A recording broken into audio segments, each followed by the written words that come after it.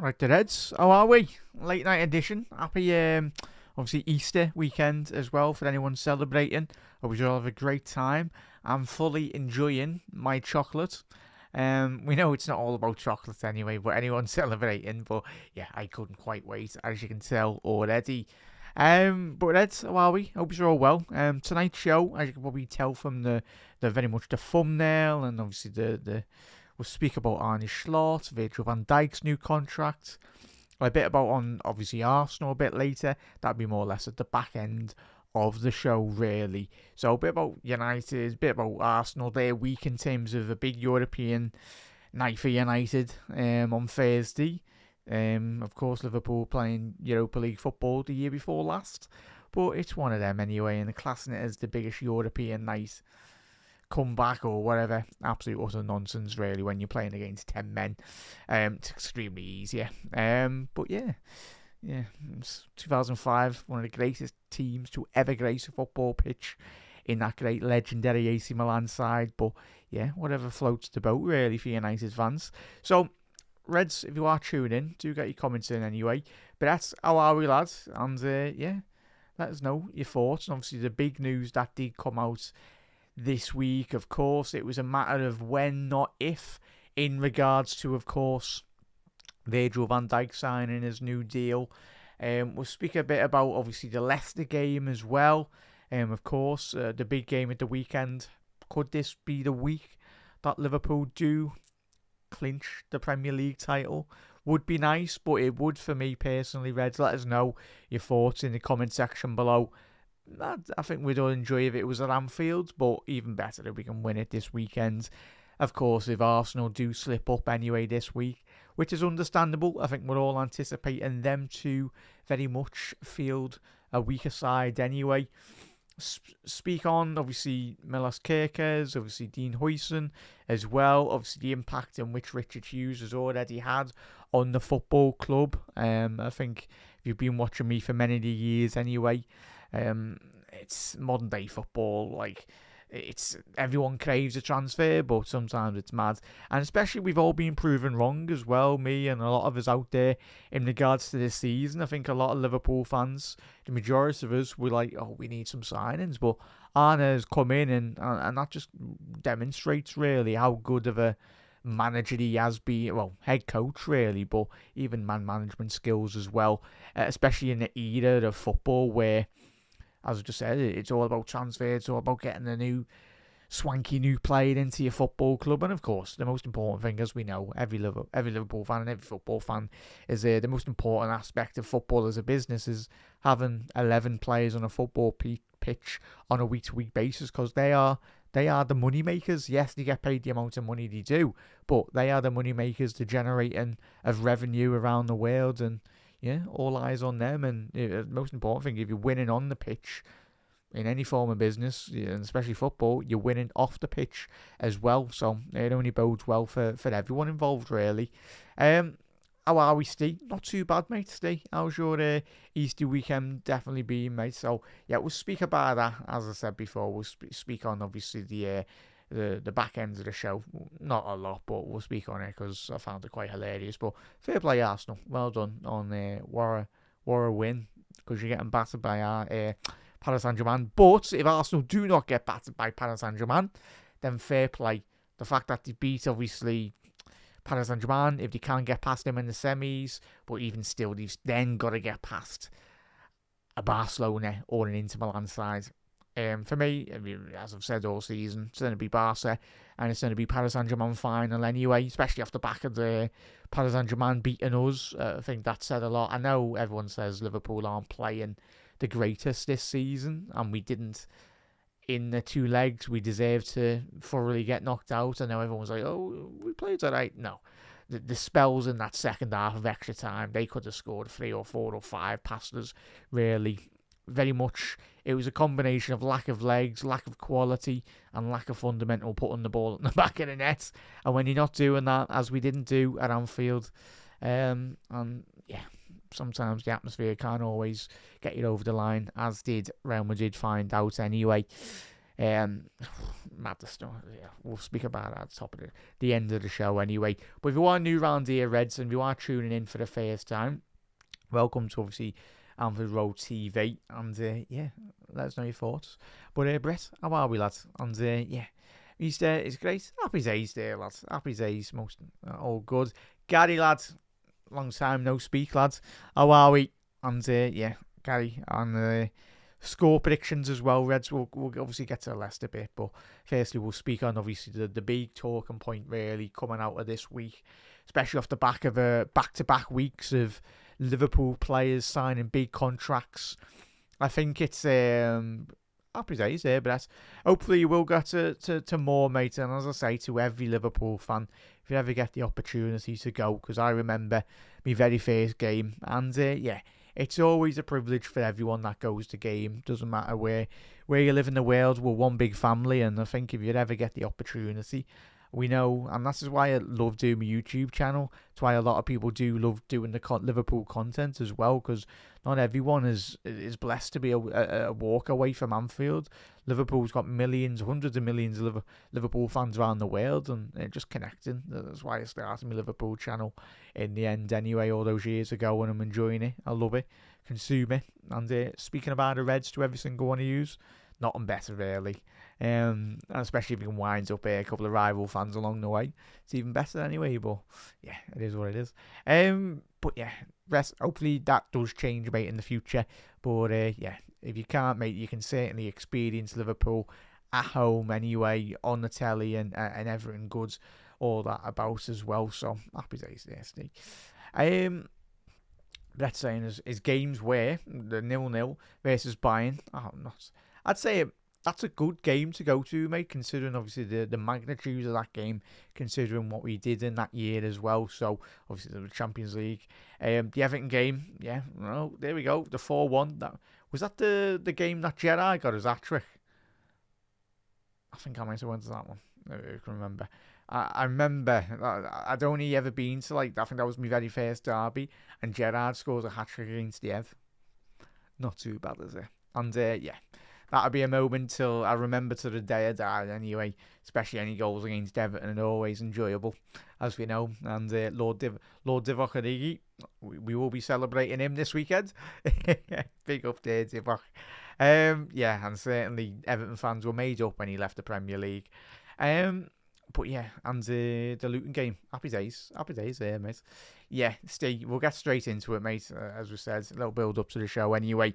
But Reds, what was your overall reaction to this news this week? I think it was a lot of joy, a lot of happy faces, and yeah, we know the narrative coming into the back end of this season. Well, 3 months into the season, because we know we're in the world of media and everything. So of course, rival fans for the whole season have been going, you're losing Salah, you're losing Virgil van Dijk. Sounds we're top of the league. We're not really bothered, but even better, because as I said, we'll speak about caveat that with the impact that will give to the players in the squad for their potential new contracts as well. But in terms of a signal of intent, we'll speak about Kerkez and Huijsen in a bit anyway. But if you're a player wanting to come to Liverpool and you've got the opportunity, I think that was the biggest factor in regards. I think every Liverpool fan spoke about this. Is you're not going to sign for Liverpool, and certainly not going to sign any new contract agreements if you knowing that Van Dijk and Salah a couple of months ago we weren't best to worst really in terms of understanding where their future lied. But now we know Van Dijk and Salah. I'm hoping, chat, let us know. I might have missed that anyway this week. Do we know that there's an added year? I'm hoping Liverpool have been a bit more savvier in regards to a triggering of an extra year if needs be, especially if Salah and Van Dijk are getting to the same level, say 2 years' time. We don't want to be put in the position that we have found ourselves over the last couple of seasons as well. So I'm hoping there's an option for an extra year for both Salah and Van Dijk. Obviously, it looks like it's a 2-year deal for both of them anyway. And yeah, the longevity of modern day footballers as well. The fatigue, well, not the fatigue, lack of fatigue really. The Salah's getting better and better every year the older he gets, and that's only great detriment to him as a professional as well. He's always in the gym, always looking after himself as well. So, and similar with Virgil van Dijk as well, extreme professionals as well. So, and you look at James Milner, the longevity. I know, obviously, James Milner was quite different. He wasn't ever regarded as one of the best players in his position, but Salah and Van Dijk, you make exceptions for those two anyway. And you make exceptions in the wage bill as well, and especially if they're continuing to help Liverpool get higher up in the league table, winning his trophies. That's the most fundamental point, really, for us. So, yeah, it's not being too bad. So, chat, what are you made up? Yeah, I'm guessing you're all buzzing, really. Bloody hell, Gary. Bloody hell. Hopefully you're okay, mate, anyway, and on the mend. But yeah, look after yourself, bud. But yeah, happy days there, but that's, so yeah, all good. But yeah, stay. There we go, mate. Yeah, Gary, look after yourself, lad. But yeah, it's a signal of intent, really, that this contract does give to the players in the squad as well. I think there's, over the last couple of years, the ideal scenario, but football and life is not always ideal. Certain situations crop up that are unexpected, like if your car breaks down, you're early and you need to pay for all that, and if your washing machine or your dishwasher or your whatever breaks, and you're like, sound. You're having to bloody chip in and go again with a new one anyway. But as we know, with those kitchen compliances, they're designed to break, because if they weren't designed to break, they wouldn't make any money. Because everyone would be keeping the dishwashers for about 20 years. But they used to back in the day, in the 70s and 60s anyway. I don't know why I'm talking about wash machines on a Liverpool water, but it is what it is. But yeah, but similar in terms of, you look at the longevity of Van Dijk and Salah, they can certainly go on to the next 2, 3, 4, 5 years possibly, if they look after each other themselves, continue to look after themselves as well. Pick up there, Baz. Great question there, mate. I'll pose that back to you, Baz. Do you think Liverpool will sign Isaac? I'm hoping we do, bud. He's a phenomenal footballer. But this coincides with what we just made mention with Virgil van Dijk. Van Dijk signing his new deal, Isaac will certainly wanting to be, if Van Dijk's he's going to be at the football club for the next 2-3 years, hopefully longer as well. But Isaac, and it's this intent, really, it's a signal of intent to the other players coming in potentially over the next 12 months, 24 months as well into Liverpool. Like, do you want to be playing alongside Salah? Do you want to be playing alongside or be getting captained by the big colossal himself, the big Dutchman, Virgil van Dijk? So, yeah, it's not too bad. Certainly not too bad indeed anyway. And it's massive for Liverpool. I think everyone's, of course, going to this window speaking about transfers, and I know everyone goes, the added cliche. It's like, it's not a new signing, but it's like when we signed Arne Slot, it's above expectations from all of us.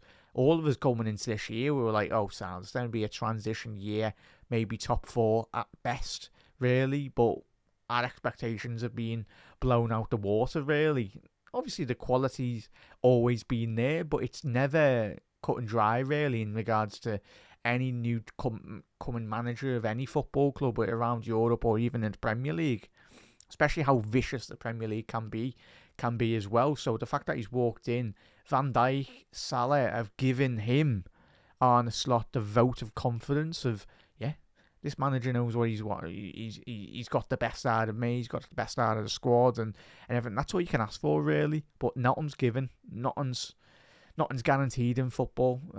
We know it's such a high-paced environment on a week-to-week basis, results-based, transfer-based, injuries as well. But yeah, I'd love him, Baz. Certainly, I think we all would. It's a big outlay. It certainly is a big outlay, but we're Liverpool Football Club. We should be striving to having the best players in world football, really, and certainly Liverpool. That's what we used to do in the 70s and 80s as well. And sometimes it's not always as expected, really, but it's always the aspirations, and this is why obviously the levels in which Jurgen Klopp built this football club up to, and then obviously wanting to as well. So it's always good. But yeah, appear to be around. So I would pay. Yeah, but yeah, Baz, we're not paying for an awful striker, are we, mate? We're paying for one of the best clinical finishers in European football. I think every time he's played against Liverpool, I think all of us can put our hands up and go, wow. He only needs half an inch and he'll score. Like that game, was it this season at St James's, where he's on the edge of the box and absolutely cannons that into the top right corner. Absolutely lasers it into the top bin. So yeah, we will be there, mate. Hopefully he does come to Liverpool, really. So, but yeah, big up there, Skulls. How are we? Still can't, after all these years, get over you. your profile. If only you wish you were a 94 rated. Hopefully, I think you're at softball, lad. Hopefully, you're enjoying that, mate. Huijsen. Yeah, we'll speak about that. But Skulls, I know you enjoyed it. But Reds, yeah, quickly concluding on obviously this segment of the show. But Virgil, nice one, lad, for signing. And let's hope Liverpool have got an extra year involved in terms of Virgil and certainly Mohamed Salah, especially if they're continuing to play at their peak levels. You look at Ferdinand, you look at John Terry as well, and even Thiago Silva, like the longevity of the modern era centre-half now. Even if Virgil van Dijk lost about 20 yards of his pace, but if you can make the assurances round him, Virgil in the next 3, 4, 5 years, if he carries on playing at that elite level, you just need pace round him, and you can very much compensate with that as well. So, and especially if Yali stays playing well as well, but obviously Mavrashvili's coming in the summer, so it's going to bode well, really, Reds. It's interesting, the dynamics, really, of the modern football, the way in which it's changing season after season as well. So, yeah, certainly, Reds. Yeah, right, we'll get straight into the, we'll speak about our transfers, really, anyway. Is that the right window? There we go. Should be able to see it with new glasses anyway.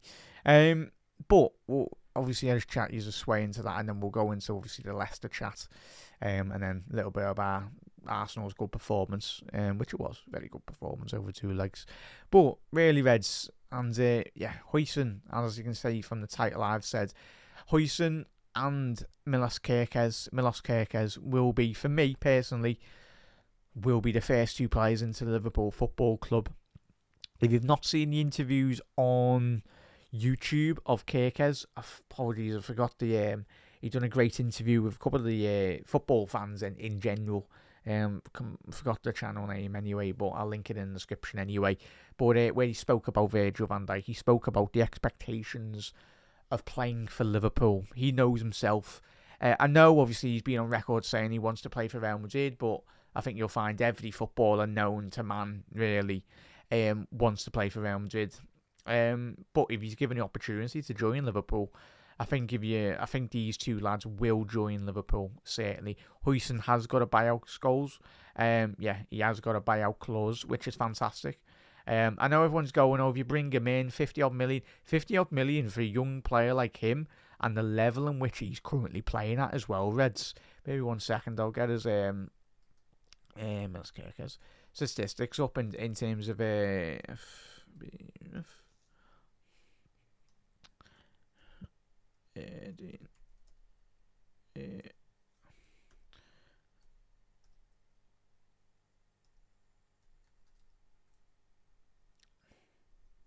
so in terms of Dean Huijsen, you're looking at 50 odd million, really, Reds, as well. That, for me, is an absolute steal, really. We've already looked at him over the last couple of seasons as well. But in terms of this data, it's an absolute joke. Like, even if you're not the most analytical person, like, you just look at these statistics and you're very much blown away, really. I know, personally, I am in that regard as well. So, you look at that, Charlie. I'll zoom in. If I can. Hello, wake up. Computer. There we go. Do apologise there, chat. So, in terms of that, Reds, you look at that percentage, really, in regards, in terms of it's all the high percentiles. And if you're new to FB Ref anyway, obviously the bigger, obviously the higher percentile, and that's across Europe's top 5 leagues as well. In certain leagues, as we said over the years as well, you do kind of very much take off a tax for certain other leagues. Of course, the Championship and other leagues, say the Portuguese League and the Eredivisie League, obviously you take a bit of saying, in terms of when you're analysing players, you take a bit of tax off that. But in terms of, in regards to this as well, you look at that in terms of expected assisted goals as well, ranks in the top 2 percentile. Obviously, that in regards is obviously an underlying incident where a match that is obviously, but in terms of creating the assist as well, but the build up in terms of that, you're looking at the interceptions as well. Maybe when you analyse certain players when they are at the bottom of the Premier League, similar with goalkeepers, when you look at the amount of shots that have been. Flecken is a great example where, and even Burnley centre-halves, obviously Tarkowski, Ben Mee, when they used to play for Burnley, they would probably have quite a lot of tackles, quite high up that regard, because obviously they're getting battered every single week, bit like when you analyse Everton centre-halves. But in terms of the percentiles, in terms of interceptions for Huijsen, as you can see there, 98 percentile in regards to his analysis, and that's quite high. He ranks at a 2.05 per game as well, versus comparing with other centre-halves across Europe. Clearances ranks quite high as well, so that indicates for me, and probably a lot of you out there, that he's always in the right position in terms of when he gets into his defensive low block, he's always in there. Yeah, everyone go, yeah, he's a centre-half, but that is extremely high, if we're being honest. He's always in the right position at the right time as well. And the big one, really, an interesting one, is progressive carries as well. I think, obviously, you only have to have watched Bournemouth, even under the days of Eddie Howe, but certainly under Areola as well now. He's expecting, and certainly if he is coming into Liverpool, and this is where Huijsen spoke about Virgil van Dijk's impact and how good he is.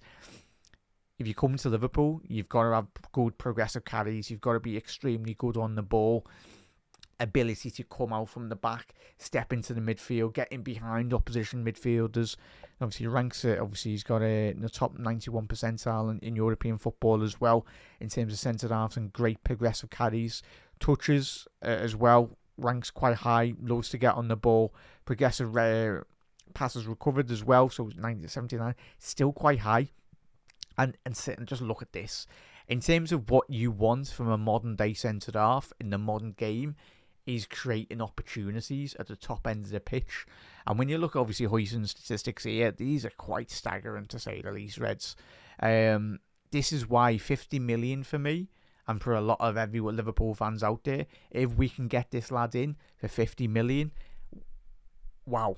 Absolutely wow. In the name of Owen Wilson, wow. Just get this deal done. And this is why I do think, and it helps massively when you got Bournemouth's old sporting director. Obviously, the job in which he done at Bournemouth in terms of bringing Areola into the football club, considering he had many great years under Eddie Howe, and the fact that Arne Slot's coming to Liverpool, he's pulled an absolute blinder again. So yeah, Reds, get it, like this lad. He's an absolute joke, really, in a good way as well, because the football in which he is playing currently at Bournemouth is, quite frankly, absolutely staggering, to say the least, really. So, Reds. So, yeah, there we go. Scholes. He has got a £50 million buyout. But, yeah, trust Edwards. Yeah, that's the thing. No, Reds, innit? I think you look at clubs, i.e. Manchester United, they've been crying out for, like, the great infrastructure. This is why United will be continuing to be the great laughing stock in European football. Like, it'd be interesting this season if they go away from the model of going out and buying 70, 80 million pound players. And this is what does my head in with the narrative of, like, journalists in certain quarters from non-Liverpool quarters might that be ads. It's like, oh, Liverpool should be going and buying 70, 80 million. No. This is what Liverpool, the fact that Liverpool and the great work Edwards and the people in the backgrounds and the great data departments as well is identifying talent at the right price. But if there's a Van Dijk out there, then sound. if it's a like, well, 70 million was a steal back then. 50 million is even more of a steal for Dean Huijsen. You look at his age profile as well. Is he still 20? Yeah, he's 20. He's just turned 20 years old as well. He's a Spanish international.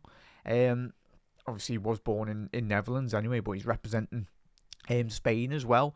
So you're getting one of the best in the business, and 50 million. I know everyone will go, oh, will he get an opportunity? Of course he will.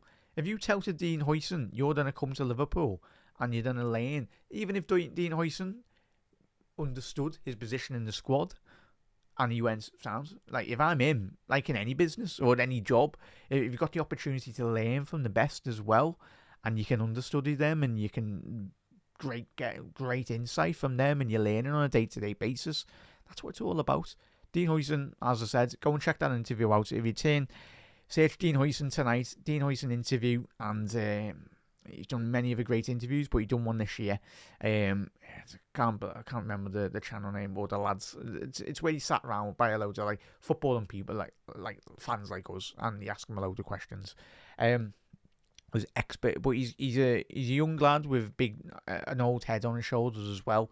He understands, and he spoke quite eloquently in regards to Liverpool as well. And I know he spoke about Real Madrid in that same interview, but if you give him the opportunity to join Liverpool, this is why I do think those two lads in the bottom right corner of your screen there, Huijsen and Kerkez, will be the first two players Liverpool bring into the football club, because that's two of your big squad players as well. And certainly Dean Huijsen's got the quality to come in now and certainly provide competition for the EBU as well. And let's not kid ourselves. For the large majority of like 5-6 years of having Joel Matip, and certainly whatever happens with Gomez, we're expecting him to go. But if he goes, bringing in Huijsen as not just a squad player, a player that can come in now and be a ready-made, yes.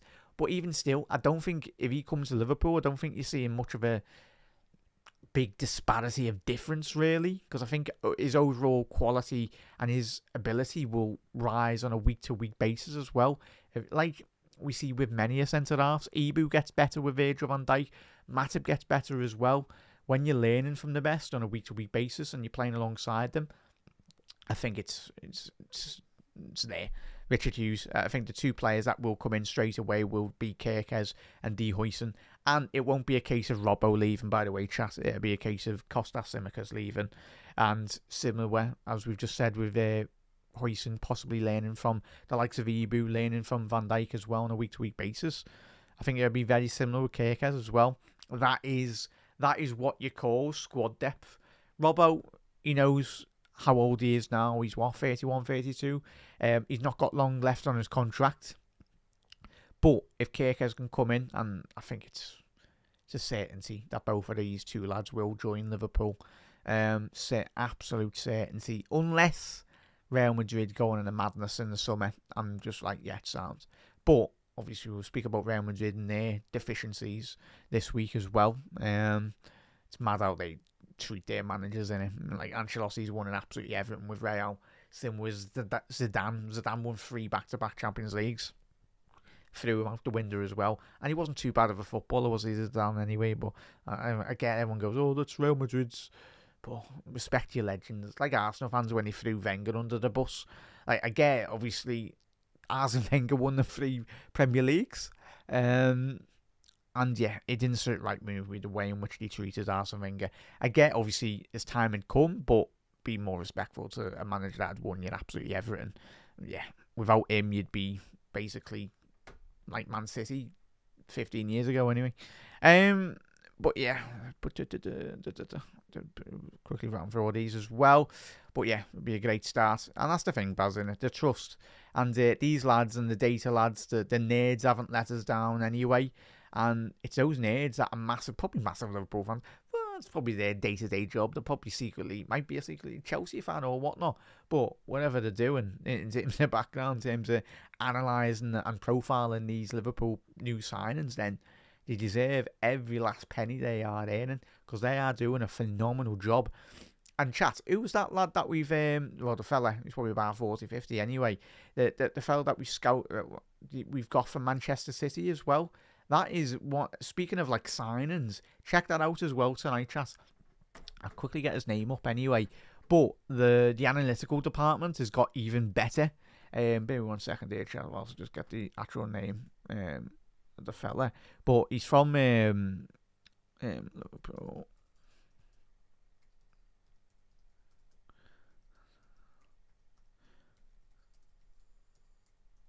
But I think he's from Manchester City as well. Laurie, is it Laurie Shaw? I think it is.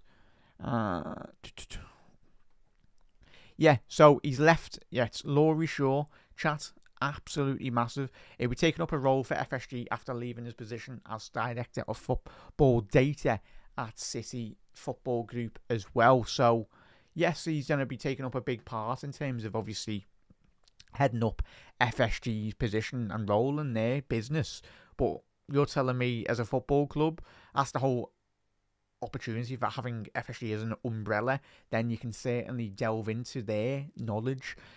Laurie, so I tell you, Michael Edwards and Laurie Shaw, two of the best footballing operators from the interviews and everything that I've watched in terms of people in the business as well. They speak extremely highly of Laurie Shaw as well. Keep an eye on that chat. That's I know not a lot of you are well tuned in terms of consuming football content on a daily. His work, he's go out and about as well. But I tell you what, chat, he is going to be he's going to be one of the brains behind hopefully Liverpool in the next couple of seasons as well. Not just Richie Hughes or Michael Edwards. He's one of the best in the business from an analytical department as well. So it's going to bode well for Liverpool as well. So one of them. Big up there, Justin. Good to see a couple of new faces in the comments as well. If you are new, do drop a like on the video. Reds, do run the likes up as well. Massively helps out the streams. So, yeah. Justin, would you prefer Bastoni? I think we all would have. If you've been, I think you've been watching me for a couple of years, Justin, haven't you? And anyone that's been tuning in to Anfield Road TV, I've been a huge fan for Bastoni for years. Him and Barella, but it's always that added saying, as we've said over the years, would they transition well in the Premier League? I think it's extremely different when you're speaking about midfielders, because you look at and analyse the Serie A. It's an extremely slow league, but it's an extremely technical footballing league. But the pace of the Premier League, that's why you watch certain players, i.e. Aquilani, when he comes to Liverpool. I know he's decimated with injuries, but he probably turned around and for about 40 had half an hour. This is in the Serie A. In the Premier League, you know, it's like bang, bang, bang. It's like constant straight at you, really. Your midfielders get closure down straight away. But yeah, I think Bastoni, it would be different with Italian centre-halves. If they come to the Prem, I think they'd get even better. I think the understanding from a technical point of view, Bastoni does have, he's so good, man. Like, if he would be my dream signing, as I've said for years. Him and Barella, but Barella's 28 now. Maybe 5 years ago when he was like 23, 24, then sound. I would have been all about that anyway. But hopefully, maybe in the future. But yeah, Bastoni, top player. But I think, is he the captain? No, I think Acerbi. I think Acerbi's the captain anyway. Shout out to Acerbi, absolutely rattling Muller as well, by the way, chat. I know everyone was going, it was unsportsmanlike behaviour, but tell you, I think Muller prior to the week was bigging up his Bayern Munich side and he was saying a lot of stuff about Inter Milan as well. So that's little things that you do love about football as well. If you're going to give it, you've got to take it as well. And I think Acerbi very much give it to Muller, considering his comments prior into the second leg of that game as well. But yeah, Bastoni, Justin, I think everyone will love Bastoni. He's the type of signing that I could see City doing. Like, City are an absolute mess at the minute from every department. Whatever happens off the pitch in terms of the impending decision of all the charges and all that in regards to Manchester City with the finances and that. But I think for me that screams a Manchester City signing where City just go, you know what, into 90 million, you can't turn it down because you're absolutely skint. Most Italian sides are. But I think in terms of, I'd love them, but this is why I do think Huijsen coming into Liverpool would be amazing, really. But yeah, I'm certainly, lads, I can barely get up the stairs without being out of breath, Gary. Certainly not getting me on a football pitch anyway, mate. I'd love to be a number 9. I think all of us, if we played number 9 for City, we'd probably get about 10 goals. But not now, considering Kevin De Bruyne. We'll do a show on Kevin De Bruyne this week anyway. I'd love him just for the year, especially if we won the Premier League. I know I was speaking to Gags, obviously, this week. It'd be a massive thank you to everyone that tuned in to, obviously, all the great content from Anfield Index as well. But me and Gags were speaking about, I think, both of us were on the same page in regards to wanting. I know everyone goes, his age and all that, Kevin De Bruyne. Yes, but the fact if you can just have Kevin De Bruyne holding up a Premier League title next season at Anfield, we're not expecting him to play 38 games. We will be there. We will be there if that ever happens. But was a Chicago Fire have expressed an interest in. But depends if Kevin De Bruyne wants a bit of peace, really. And that's the thing. I say peace because you've got, apart from when the Americans actually twigged to the fact that they've got the greatest footballers to ever play for their football club, like in world football, he wasn't, for a good couple of months, Messi could go to the grocery shop, or turn full on American there. He could go shopping, like, because America's that massive as a country anyway. But he was going to the shop and no one knew. You probably just go. It's not like you can go to the Asda, because Van Dijk can't go to the shops and go to the Lidl or other shopping brands are available anyway. Not like sponsor me anyway, but yeah, it's not like Virgil van Dijk can just go to shop, because he'll get swarmed by 100 million, basically 100 million Liverpool fans, because we'd all want to say hello to Virgil. And that is the reality of modern day football. It's not like the 70s and 80s where you'd go around the pub and like everyone's got a phone in their hands. Oh, I want to take a picture. It's like, just, that's why, like, just, if you ever see a footballer out, just let them be. Like, and this is what does me head in, but obviously you've got that many people that want to get shirts signed and then flog them for like 10 grand or whatever. It's like, and that's what, like, it's just let them be. But yeah, tell you, number 9 certainly, Gary. I'm not playing, mate. Pose that to you as well, though, Reds. We'll do plenty of shows coming into, obviously, the transfer window as well. There's 2 transfer windows, by the way, chat. I know you've probably already seen it anyway, but it's all good for everyone that does content as well. More shows and more everything, really. So it only bodes well. So, yeah, all good. Justin, you're never getting Bastoni for 60, 50 million, mate. If anyone wanted them, you're looking at north of like 70, 80, 90 odd million to try and get him out of Inter Milan. And the only team that's done it probably not be silly, but the only team that I could see in Europe paying that is Manchester City, mainly due to their financial resources, or possibly a Paris Saint-Germain as well. And we'll speak about Paris Saint-Germain as well. Big up to them. They've done really well. Tony, how are we, lads? Tony, how are we, buds? Hope you had a good Easter, and everyone tuning in late this evening. Let us know your thoughts on, obviously, that. But yeah, I think so, mate. Yeah, obviously, as we know, like, a lot of us can, I think I can qualify with an Irish passport as well, but obviously you haven't got that, because obviously your granddads and spends, obviously, I think, is it internationally, chat? How's that? It goes probably by your grandparents as well, I think. So I think that's probably, I don't know. Maybe if Huijsen signs for Liverpool, we'll find out. But fair play. He's good enough to play for either Holland or Spain, and and I don't blame him, because when you analyse Spain's lack of quality at the centre-back positions, it's not like when they had Gerard Piqué, Ramos. Ramos was that good. He had to play right back for Real Madrid and for the Spanish national side as well. So that was a way of just getting him in. Because you had Piqué, Ramos, you had, obviously, the list is endless, really. Puyol, apps, and then you obviously had Capdevila down that left-hand side, and then obviously Jordi Alba when he broke through as well. So Spain has always been blessed, especially in that great era of the Casillas, the Xavis, and Iniestas. I think they are getting up there again. Certainly are getting up there again. But I think give it another 5 years. Well, give it now. Obviously, they've only just recently won Euros.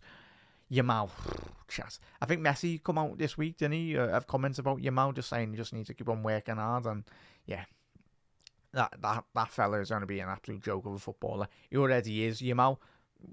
In a post-salary era, I'd love him to sign for Liverpool, but never, ever getting him out of Barcelona. I'll tell you that now. Probably whacked like at probably so what he done with was it Gavi and the other lad? Who's the other fella? Plays central midfield. Gavi and it's completely gone up my head. The other central midfielder. What's his name? Sorry, chat. Gavi and Pedri. There we go. Got there in the end. Yeah, Pedri. Both of those have got 1 billion buyout clauses in the deals, and that's what they're doing with a lot of the. Is it Kabasi as well now? I don't. Has he signed his new deal? The young centre half. What a centre half he's going to be, by the way. Already is as well. But Barca's future. They've stumbled across another gem. Just don't know how they do it. Absolute joke. Like, that football club is extremely, extremely lucky. Because if they go from having Messi for the majority of his career, the best footballers to ever play, and I think Yamal, as long as he avoids injury, he is going to be the next king to Messi's throne, really. He's not going to be on Messi levels, but he could be if he stays injury-free and he keeps on working hard. I think he's gonna be really good. I think he's gonna be what everyone thought Mbappe was gonna be. And don't get me wrong, Mbappe, chat, he's been a good player, but for the reputation he come through as a young player, Mbappe, I think for me he's massively underperformed, if I'm being honest, and that's mainly due to the fact that he's stayed at Paris Saint-Germain. From an international standpoint, Mbappe's done amazing, but from a club level, yeah, Mbappe's not even got a Ballon d'Or yet. And what is he, 26, 27 now, Mbappe? It's gonna be another 5 years. It'll be flashed across his eyes, and yeah, he will like, where's my Ballon d'Or? But I suppose going to Real Madrid, but as we've seen this week, as we will speak about a bit later, with the Arsenal game, no chance. Getting all those players together doesn't necessarily mean you're gonna start winning things. Happy days there. Gordon, big up there, Baz. Gordon, possibly Baz. He's a good player, mate. Chat, there's any thoughts. Obviously, this is a segment, obviously, speaking about. There'll be plenty of shows anyway. Make sure you head over to Anfield Index as well. Obviously, Dave and the lads and everyone doing their transfer shows. So, yeah. Maybe homegrown quoted there, Baz, but he's a good player, certainly. It just depends, Baz and Chat. It depends who goes this summer. I think we're all under the influence of understanding of saying Diaz and Núñez are going. I think that's a certain, given the extent of, especially obviously Sam Maguire broke it a couple of months ago as well with his exclusive, and he was spot on in regards to the obviously the Saudi bids as well. But Núñez didn't want to go, or I think it was a case. It was clever by Liverpool. I think those moves for Diaz and Núñez will always be there. I think the waiting, because could you imagine if Salah got injured this season, and say if Jota got another big injury? Jota always gets injuries, and you sold one of your main strikers.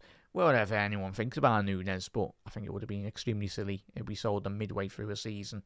It's not the best, especially when we're going for a league title as well.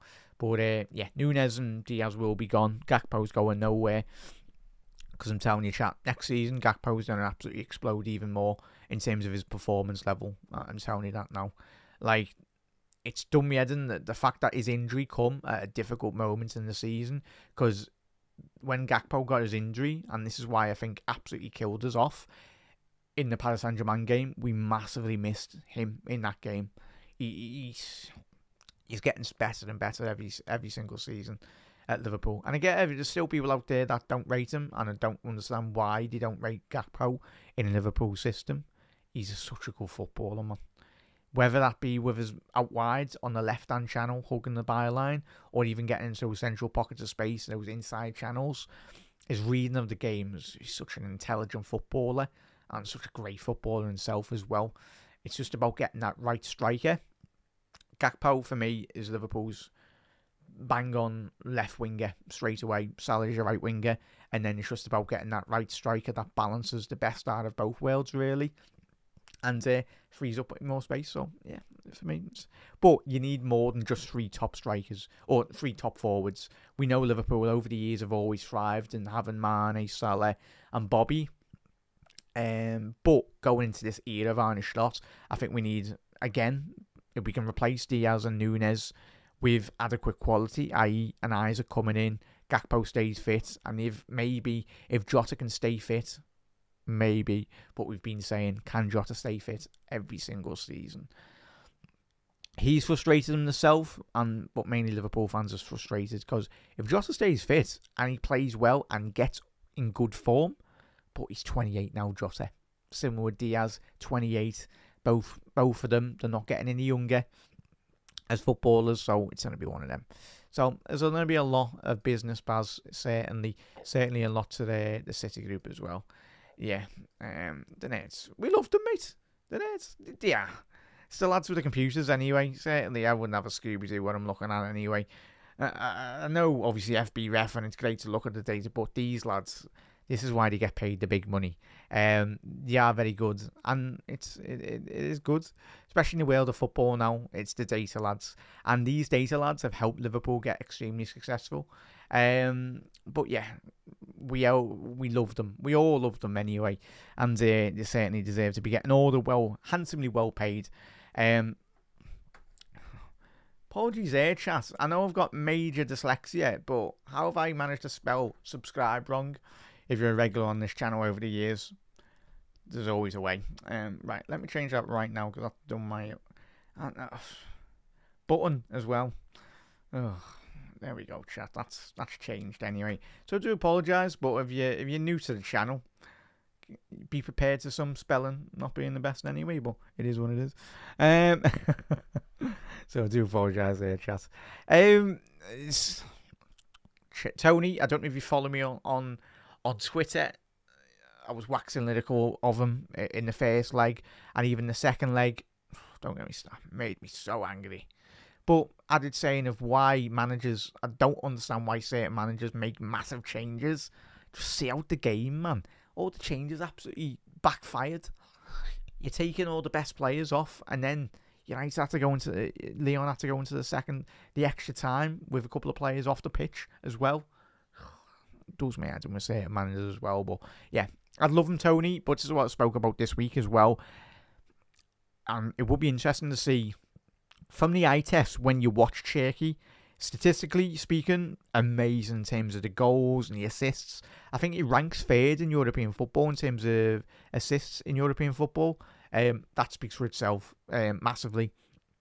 But when you watch him, he's one of those players that when you watch him, he looks lethargic, he looks lazy, but he's probably not. Like, I've just not seen a lot of Cherky too much, but when you watch him, especially against Manchester United over the 2 legs, he's one of those players where you watch him and you go, doesn't look like he does a lot of running, does he? But I think that just might be the way in which he moves across the football pitch. He's extremely technical, very talented technical footballer, but we know if you are coming to Liverpool, you need to put in hard graft. You need to work your backside off as well. You certainly do. And especially if Trent's staying over, if he's going, if Trent's going to be our right back for the next 3, 4, 5 years, you need an extremely functional. But if he goes, then maybe Liverpool go with a bit more defensive-minded right back, and then you're looking to maybe get a bit more creativity out of a Cherky. Dominic Szoboszlai's numbers need to get better than in terms of his off-the-ball movements, and his work rate is amazing. But if you're an attacking midfielder for Liverpool, similar if you're an attacking midfielder for Real Madrid or any top side, you need numbers. You need good numbers. Like, numbers speak for themselves. Of course, if you're creating and getting assists, and by numbers I mean assists and goals, and a great combination of that as well. You look at Harvey Elliott, he's going to be one of those players that will be gone in the summer. Sadly, it's all well and good you being a Liverpool fan, but if that was the case, if you had to be a Liverpool fan to be classed as a player for Liverpool, then all of us would be playing for Liverpool. Yeah. That, for me, is not just good enough. You need to be... And Elliott's very good. That's not me saying Elliott's a bad footballer. But from what Arne Slot, as we've already seen over the last 6, 8 months, 9 months, come at the end of this year, we need more, as I said. And Cherky, maybe. I'd love him, mate, Tony. I'd love him. And he wouldn't cost an arm and a leg, really. I think his buyout is around 25 million euros, I think. Yeah, Lyon are extremely skint, as are most French sides, if you haven't been watching them over the last couple of seasons. Obviously, the collapse of that French TV deal, this is why the Premier League is massive. It's absolutely massive. And this is why you've got the likes of Bournemouth, you've got the likes of Newcastle, Forest even, going into Ligue 1, going into Serie A and going, right, we'll have a bit of your player anyway. And they're like, oh, sounds, we'll take the Premier League money. Of course they will. The Italian League, the Spanish League, they'll all take it. But it depends if the player wants to come to your football club. So it's going to be one of them as well. But he's left a sinking ship as well. Maybe Jay. Yeah, maybe. K-Mac, how are we, bud? K-Mac, I will say, this is a new, wait 1 sec. K-Mac, just give it a shout if you want to jump on, mate, anyway. I'll support me headset on and all that. But definitely, K-Mac, if you're available this week, mate, get you on. Actually, give me 1 second, chance. 1 second. There we go. Let's let us a quick load. Am I lagging? Hang on 1 second, chat. Do apologise. It wasn't lagging my end anyway, mate. Might be your connection. K-Mac, just give us a thumbs up in the comments if you want to join, mate. I'll get you then. But yeah, it's more technical. Huijsen said that the Italian league is more technical and a lot slower as well. Yeah, I think anyone that's watched the Italian league, K-Mac, and it would know that. But that's not a bad thing. Playing in the Italian league is such. You need to be an extremely good technical footballer. The way in which the game is played, defensive structures, the great legendary Saki as well as a manager, one of the greatest managers ever to grace football. In terms of the way in which he structured his teams defensively as well. Franco Baresi wasn't the tallest of centre-halves, but someone that read the game better than anyone, really. And obviously Maldini and all that speak for themselves, but yeah, it's top footballers, man. Kevin De Bruyne in the 10th position for 45 minutes a game. Yes, please. Yes, just mainly due to the fact of if we can win the Premier League. And he's a boy at Liverpool, man. He is, if anyone didn't know that. Anyway, Kerkez, please. Big up there, Alex. Good to see a couple of faces in. Do drop a like on the video. We haven't already done so. Reds as well. Absolute legends. Run those likes up, Reds. Whether you watch it on Facebook, whether you watch it on YouTube as well. 21 of you in. Only 18 likes. Get those likes up, Reds. Gets it out there for more Liverpool fans as well. Absolute legends. So, yeah. As I said, I think, as anyone just new tuning in anyway, I do think Huijsen and Kerkez will be the first two Liverpool players coming in this summer. It's guaranteed. It's for me, it's a certainty that these two lads will join Liverpool. Absolute certainty. And I know, obviously, Bournemouth's ex-sporting director, he'll know all the fine details of contracts and all that. Bit naughty, but at the end of the day, that's how football does operate anyway. He was the sporting director, so he'll know. And the thing is, if he does go back to Bournemouth, we will pay top dollar for Kerkez, because rightly so, because he's one of the best young left backs in European football as well. So yeah, and Arne Slot, by the way, as K-Mac you alluded to this today on the other episode, and everyone spoke when you've analysed Kerkez, he's worked with Arne Slot. I think that's one aspect that not a lot of people know, or maybe obviously, but obviously he's been managed by Arne Slot, so. Yeah, and the fact that he's adapted extremely well in the Premier League, Kerkez, we lack that energy. Andy Robbo was the best left-back in Wales football for a good 4 or 5 years. Obviously, the back end of his career, Andy, he is struggling certain weeks when you watch him and you're like, oh, as much as he can do interviews, but if you can bring in Kerkez to learn off Andy Robbo on a week-to-week basis, and maybe, just maybe, that might bring the best out of Andy Robbo. Maybe. It might just not be a case. Because, let's be honest, Kostas Tsimikas does my head in. And probably does a lot. He probably does his own head in as well. We all wanted the passing of the guard. Or, the passing of the guard of left-backs. Kostas, when you watch him certain games, when he gets an opportunity, he's not the worst left back Liverpool have ever had. He's not. He's not. Remember Sebastian Leto?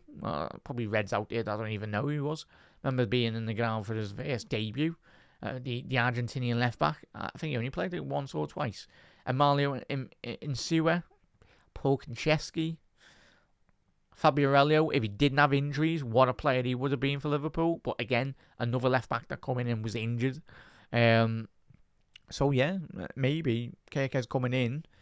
And let's be honest, we just not got to think about the next 12 months. We've got to think long term. And this is why it was massive and it was imperative that Liverpool got Salah and Van Dijk signed. Because what you can do for 2 years, as every Liverpool fan said all week, is what you can do is sign those two lads down, which we have. And now can we actually properly plan for 2, 3, 4, 5 years down the line? Where don't be getting, if Salah is leaving come at the end of his contract, don't be panicking going, oh, we haven't got Salah's replacement. Get them in now. Get them in 24 months down the line as well. Have an idea of who you want to be bringing in. But that's the part of bringing the data lads in. They're going to be making their money, Richard Hughes. But yeah, nice one there. But anyway, yeah, okay now. Good to see a couple of new faces in as well, chat. Happy weekend, guys. Happy days there, Alex. Kerkez, yes, please. You sure, but yeah, I'm 100% he'll be joining, mates. I know it's quite bold of me anyway. Don't know nothing, but I just think the fact, I think he will join, mate. I think the fact that he wants, the way in which he spoke about admiration, Virgil van Dijk, and he's already chat. Oh, right, give me 1 second. I'll try and get the interview up so I can post it into the chat so you can watch it tonight. At the interview that I'm speaking about anyway, where he spoke quite glowingly about Liverpool and the expectation levels, really. Anyway, maybe 1 sec, chat. But let us know, chat. Do you think Liverpool will get Huijsen in? For me, it's a bang on certainty. Maybe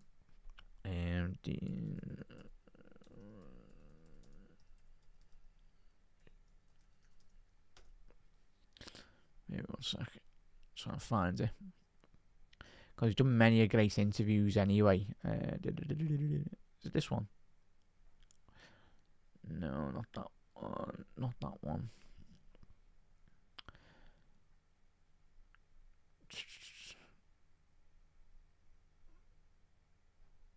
No, not that one when he signed. I'll put it in the description anyway, chat. Do apologise. But it was a great interview done. I think it was this year or the year before anyway. About that. So yeah, Reds, 26 of yous in on YouTube. Hit that subscribe button down below anyway. But yeah, he's done countless great interviews. He speaks really well for a young lad. He's got such an old head on young shoulders. That's all you can ask for, really, especially when you come to Liverpool. So yeah, Isaac is the dream for Kay. The dream, but it'd be mental if we signed him as well. Yeah, tell you, mates, we are Liverpool, and it's not a case of being arrogant as a Liverpool fan, but we are Liverpool. Like, and this is why, if you've been a regular of my channel over the last couple of years as well, I've been disappointed. This is why it's funny. I do find it funny, like, and for the majority, and Arne Slot, this is how good of a manager he is. Deep it, chat. We inherited, don't we know, he inherited a very good squad, but in an era of Premier League football and fandom, because it is, rivals like, yeah, man, Klopp's gone, you're finished, Salah and Van Dijk are going to be leaving. Both of those two lads aren't leaving. Klopp left. But the job of any manager, any head coach, and it always has been the case for the last, since like the beginning of football, last 130 odd years of being a football manager, even in the 1910s, it was about getting the best out of your football players. And Liverpool, and it's a new tax year, or the way in which the football and monetary values as well, in terms of the books get checked every 3 years for football clubs. And we are entering a new year in that regard, so the new 3 years as well. So you'll be seeing a lot of spending, not just from Liverpool, but a lot of football clubs as well. And it made up, is it Chelsea got pulled up, was it this month? Like they got told off to say that, like, the selling of the ladies team, they weren't allowed to do it, which is quite rightly so anyway, because Chelsea are just selling hotels. They're selling the ladies' team as well to Todd Bowley's parent company. It's like, come on. Like, they're not even hiding now. Like, Todd Bowley's not even trying to hide it. It's part of it. Like, he's got some investments or he owns a percentage or whatever. It's like, come on. Like, come on. And this is what, like, if you must concern Chelsea fans as well. Like, this fella, he's like, Chelsea, last 25 years since obviously turning 2000 as well. They are a massive football club. Biggest club in Europe, in London. We're getting to your Arsenal, but they are. It's like they've won 2 Champions Leagues. And if you look at the history books over the last 20 odd years, Chelsea are up there in terms of how successful they have been anyway. But yeah, it's that absolute clown at their football club, and the longer he stays at Chelsea, the better for us, really, because like it's mad. I do find it absolutely crazy because he just hasn't got a Scooby-Doo. My man thought he wanted to play a 4-7-7 formation or whatever he said when he come into Chelsea anyway. I'm not obsessed with it, but it's no, okay, yeah, it will be a big summer, mate. Every Liverpool fan is, and it was always going to be a big summer, okay? Like, let's be honest, because this side isn't getting any younger. Salah's not getting any younger. Van Dijk's not getting any younger. We've replaced Ali's long-term successor at the football club. And that's amazing, because Mavrashvili coming in, he's going to be a top signing, chat. And obviously, I think if you missed it this week, Yaros has signed a new deal as well. I think that got announced was over the last 24 hours. So that is a big indicating factor. If you've missed that this week, Kelleher will be going in the summer. And make sure Liverpool going to make sure that we get top dollar for Kelleher. No, like, and there's a reason why Liverpool kept Oldham, because he's a very good goalkeeper. He'll be he could easily suffice any football club 10 from below, 10 down in the Premier League. He's good enough to play for them anyway. He'd walk into their team in a goalkeeping position. But yeah, Alex, I don't know how long it was for anyway, but obviously AZ at Alkmaar anyway, so that's one to keep an eye on, really, Reds. But yeah, it's not been too bad. So yeah, Cup Miners as well. Like, he played for him at AZ as well. I'd love him to sign for Liverpool. I think Liverpool were rumoured to be linked with him over the last couple of years as well. But Cup Miners is a very good footballer. I don't know how old he is now. Let's have a quick look. How old is Cup Miners? But I think he's just a bit too old anyway, really. But yeah, it's it should always be buyback clauses in big contracts as well, mate, anyway, certainly.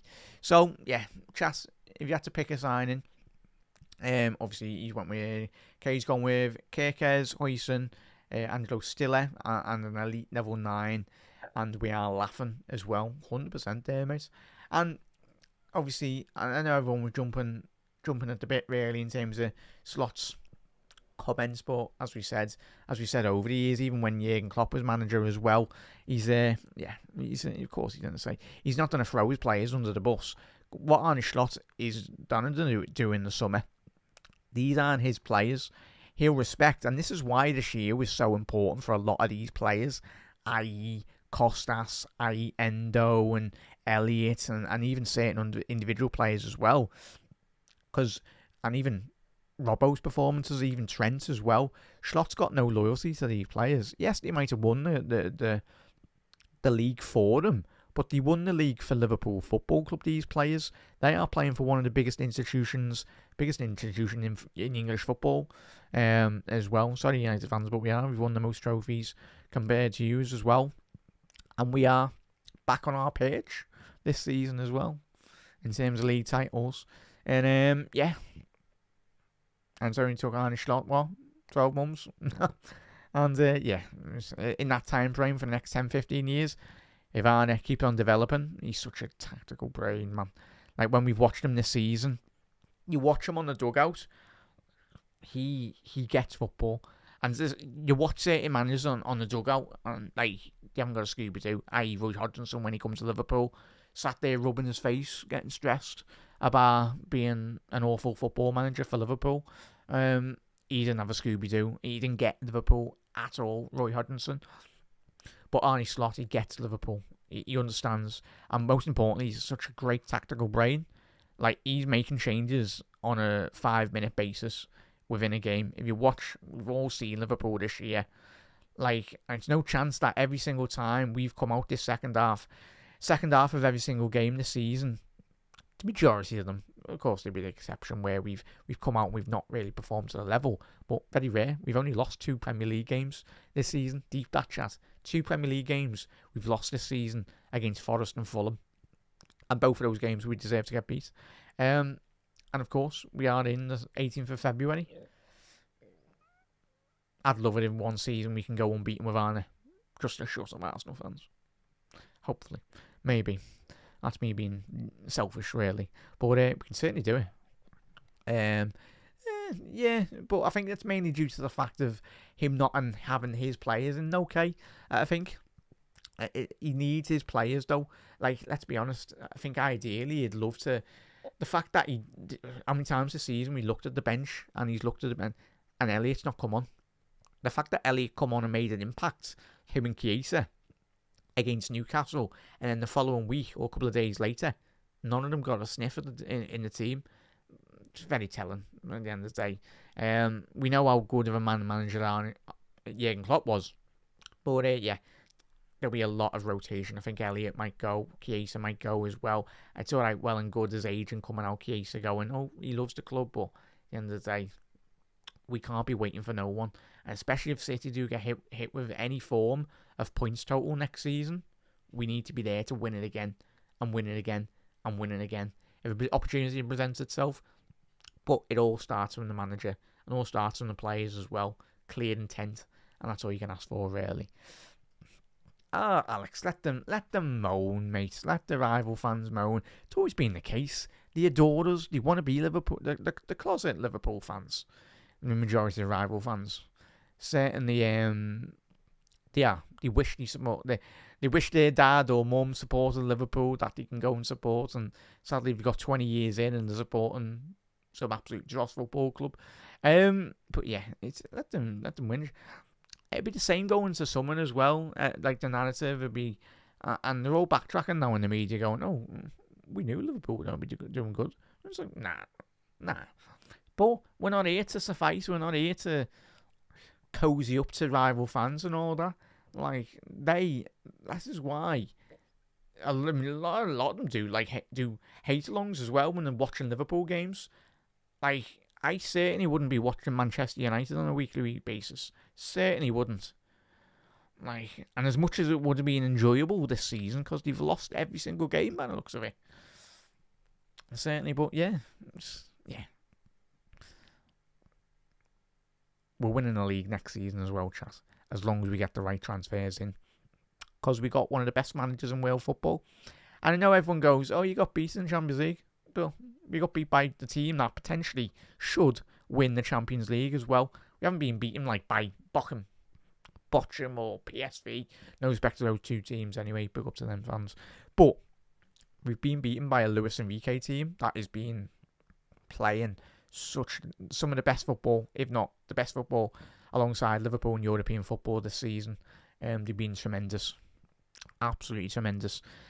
Yeah, so it's going to be one of them. But we'll enjoy it, Alex, and we'll celebrate next season because we're going absolutely nowhere. But if City do get done with a points total, Liverpool need to be there anyway. But chat, yeah, we'll go on to the final concluding segments of tonight's show as well. Obviously, the Leicester game. Wait 1 second, chat. Let's get that up. But chat, get your score predictions in the comment section below as well in regards to the game at the weekend. Have a little look in terms of injuries for them as well, for Leicester. But let us know your score predictions. Any win will do this week. Could this week be the week? Hopefully it is. That Liverpool win the Premier League. That would be fantastic anyway. Would be really good. But let's have a little quick look. Little delve into the Premier League this weekend. As you can see, Leicester absolutely horrendous this season, being absolutely awful to say the least. one of the worst ever sides to ever grace the Premier League again. Them, Southampton, 27 goals scored and 72 goals conceded. If Salah's not coming out of this game this weekend with a double hat-trick, a hat-trick of goals, hat-trick of assists as well, then I'll be disappointed. Everyone probably putting their triple captain on Salah this week, and let's hope Salah does not disappoint. Let's hope he breaks the assist record, because some of the defending we've seen from Leicester this year has been absolutely atrocious. They are an awful football club, but you look and analyse, you look at Ipswich, you look at Leicester as well, you look at Southampton, you look at their overall, the quality within their squad. You just go over to some of the players that they do have. Just look at that. Obviously, James Justin, prior to his injury, was it last year or the year before, the big injury he had, just not good enough. When you come into the Premier League, and especially Forest now, the fact that Forest spent all that money, and that goes for whoever does come up next season, whether it be Sheffield United, whether it be Sunderland, whoever, Burnley, you need to start spending money. And there will be more of these seasons again. It's by no chance that it's been the second consecutive year all the teams that have been promoted into the Premier League have went straight back down. They need to be spending money. Obviously, you got Thomas, you got Connor Cody, Samora, and Didi. It's 2025, and Leicester are still playing Didi. It's not good enough. McAteer, Jamie Vardy.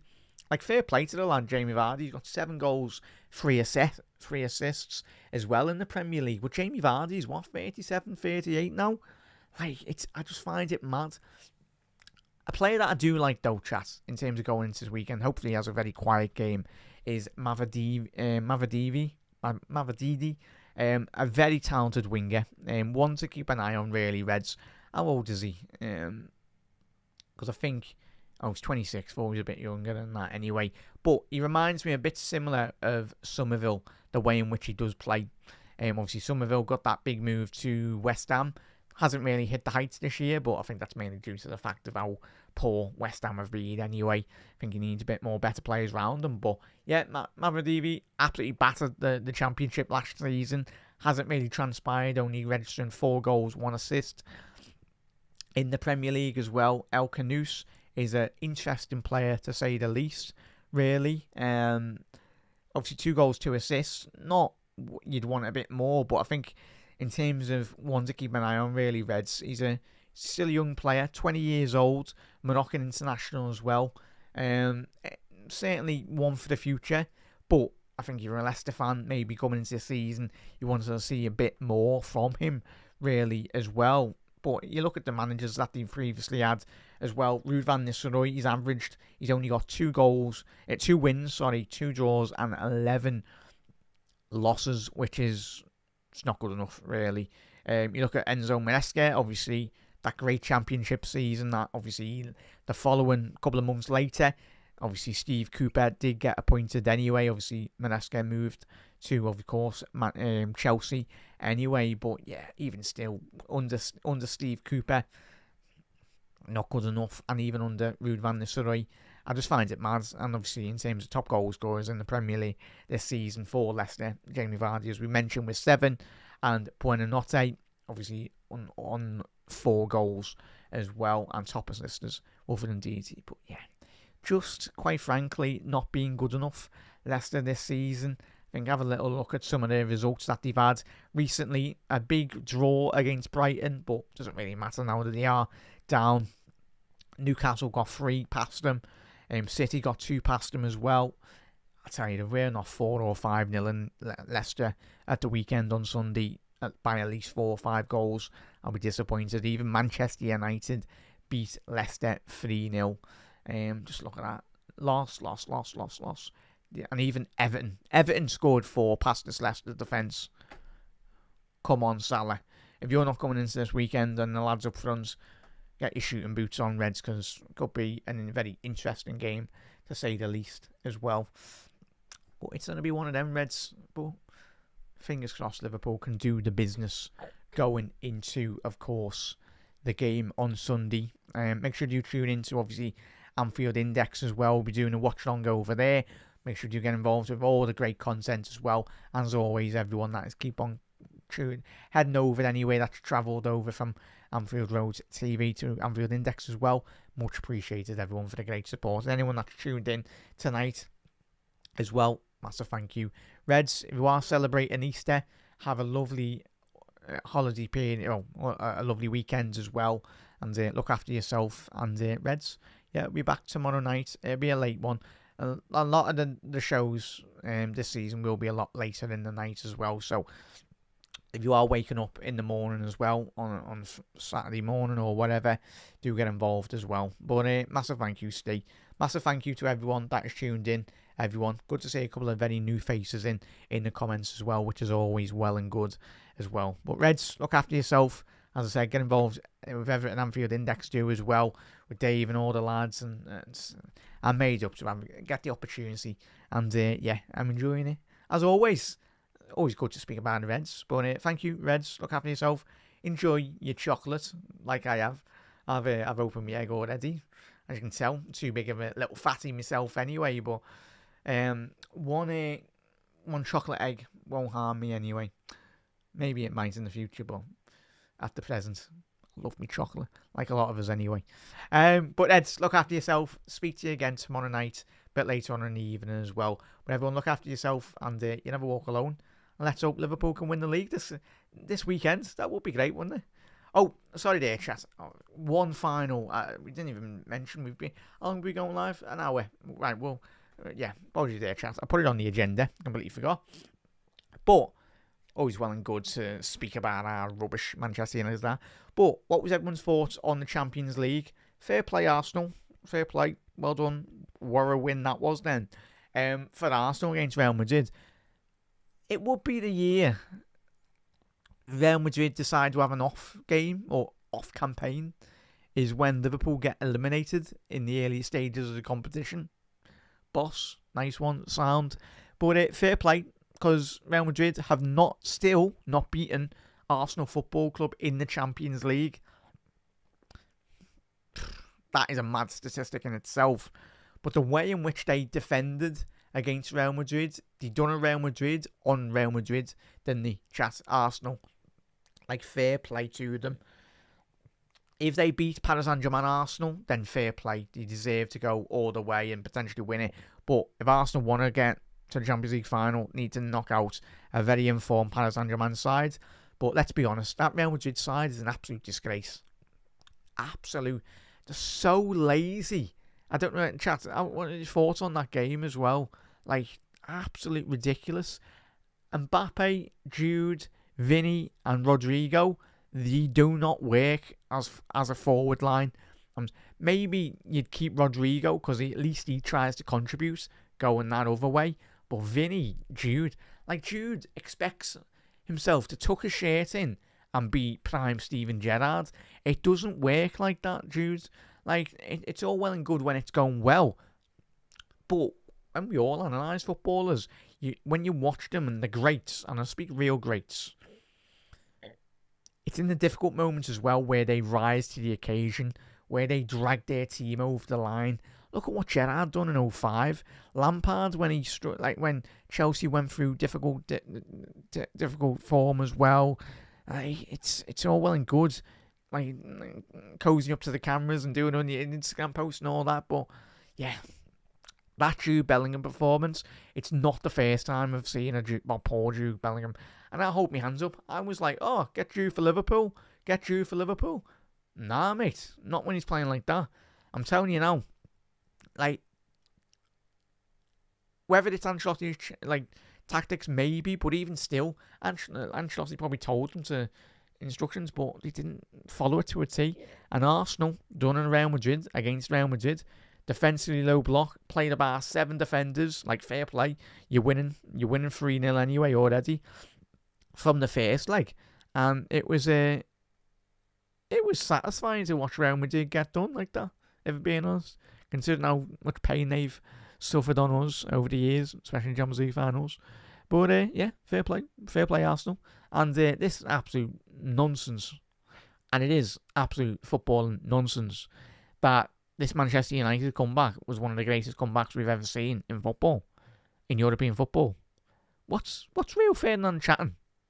Like, I get there, you're like your team, but as a pundit, you got to have some abject. You got to be a bit of neutral. You got to be a neutral if you're a pundit, if you're a commentator as well. Like, you've just got to be a bit more professional about it. And I was disappointed by the commentary, if I'm being honest, because that is spoilt. When we all go back, and this is why I loved like doing commentary. It's all well and good me doing the commentary, like when we're watching Liverpool games, I love it. I'll get excited. But if I was commentating on a United or a City game for maybe like Sky or whatnot, or I'd be a lot more professional about it. Like, maybe if it was they gave that sent Man City down or whatever, then Sam. But being a presenter, and you just got to bring your professionalism. I was disappointed by Rio and the lads in the commentary booth, and being honest. I get there's emotion, but when you've got the paying customer at home, this is why the great legendary games, legendary comebacks. What's the one thing that you'd always remember? For me, it's always the commentary. Like Peter Drury and Clive Peter Drury and Clive Tilsley and Jim Beglin. They are, for me, are the three goats. Like the three goats for me, three people that I always look up to in terms of commentary. Jim Beglin, what a footballer as well, played for Liverpool. Peter Drury, and I think Peter Drury, he's on Sky now, isn't he? And Clive Tilsley. They are the goats of football and commentary. Like, you listen to, like, them speaking, like, describing, like, people. It is an art form. Like, commentary is an art form. Like many things in life, like, if you go to work or whatnot, like, they enjoy it, but, like, the amount of research they do, and, like, they are, like, people I look up to as well, because they just do such an amazing job. But the way they, like, that commentary for Man United, if you're a United fan, listening to that and watching it on telly, you don't need Rio Ferdinand, your ex-player, screaming down the mic. Maybe we do it on the watch-alongs, because we're Liverpool fans. When we're watching Liverpool, that's very different. But the paying customer, United fans out there, that for me, if it was a United fan, thankfully I'm not, especially this season. But that takes you that. If you're a fan, it takes me as a neutral watching that game. That commentary took me absolutely out of the game. I was probably behind the couch anyway, fuming, furious, like we all were. But like for me, like, yeah, it's like commentary, like it's about like commentating through the game and just bringing the best out of it as well. Like people paying to like all these big subscriptions as well. You're paying for great punditry, great analysis, but even still, like the commentary as well. Like, don't get me wrong, Rio, he got excited, of course he did. But everyone has a go at Kerkez certain times and for me, it's difficult. It is difficult. But for me, it just took me out of the game. And if you're a United fan, you'll be fuming. I was fuming. Nearly threw the telly at the remote. When I seen that result come in, because I tweeted, I was like, lol. When it was like 4-2, and then like fair play, well done, United. I tell you, United Tottenham Hotspur final, chat. What are we saying? Could you imagine if Ange actually proved everyone wrong? He did say when he first started in England, I always win something in my second season. Could you imagine? And the most Spurs thing will be Ange will win a trophy for like the first time in 50, 70 years for Tottenham. Oh, well, obviously they won the League Cup under Ramos, wasn't it? The previous Real Madrid manager anyway. When he comes to Tottenham, he won the League Cup with Robbie Keane and Berbatov and that. But even before that, yeah, that would be massive, wouldn't it? Yeah, so it's going to be one of them chats. But yeah, for me, just didn't really sit right with me, that commentary. But I suppose it's difficult to not get excited, but yeah, a bit more professional. Yeah, certainly if I was working for them, I'd be a bit more neutral and a bit sensible about it, but it is what it is. But Reds, look after yourself. A massive thank you. We are going now. Just wanted to speak about that anyway, because I just found that absolutely baffling, really. Madness. But Reds, look after yourself. Enjoy your weekend. Enjoy your Friday as well. Nearly the weekend anyway. But Reds, look after yourself. And yeah, you'll never walk alone. Ta-da, Reds.